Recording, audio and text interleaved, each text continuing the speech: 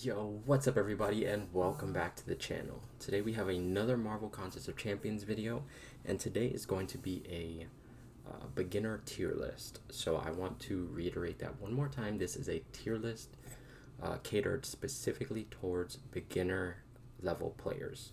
If you're a veteran player, do not look at this. You can either look at Seatons, or maybe I'll make a more veteran legitimate tier list like later on for endgame content, but this is just to help beginners know when they pull somebody from a crystal, who's good, who's not, who they should invest resources into, and who will help them like pre-uncollected.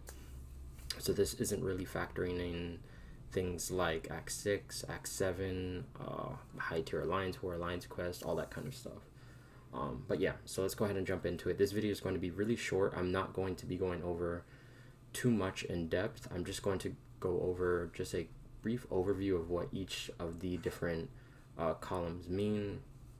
A couple outliers that are in here. So if you are a veteran player just on a new account that's coming off of a break or something like that, you'll probably be spamming comments or something like, yo, how is Quake and Ghost in only the middle tier instead of the green tier, which is like the preferred tier? It's because they're really complicated to use. It takes a lot of practice. They are the two best characters in the game, but again, I don't believe that they're beginner friendly, so I have them as like the middle tier.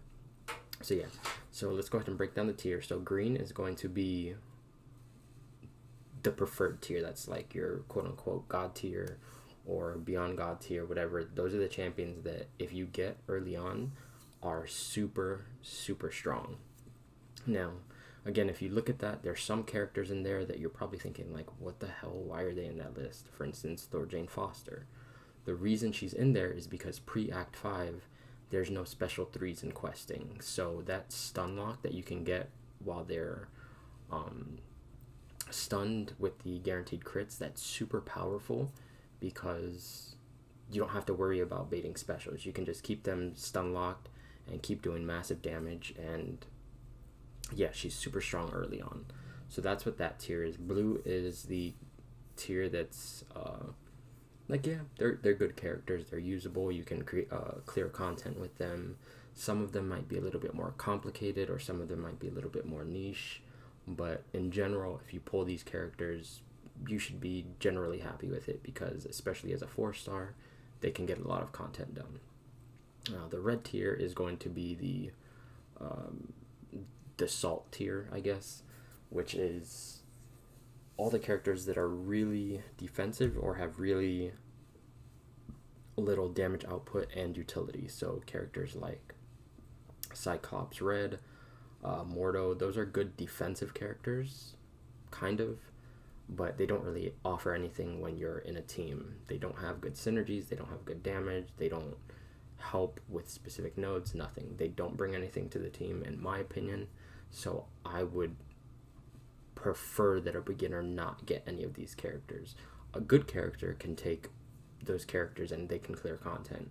However, as for a newer player, you want characters that have decent damage output, decent utility, and decent forgiveness. So if we go take a look at the green tier, characters like Angela or Colossus or Corvus, what they offer is pretty high damage while also having some bouts of utility, whether that be mitigating debuffs or anything like that, as well as some more forgiving mechanics that help them survive longer. So Corvus, for instance, has his glaive immunity if he's duped, where he can't die as long as you have charges. Colossus is just a tank, and then Angela has armor ups as well as regeneration buffs.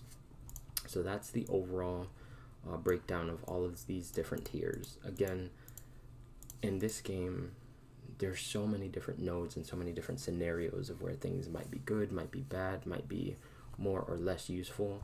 So there's, even though a character is in this tier, doesn't mean that they're good for every situation, for every fight.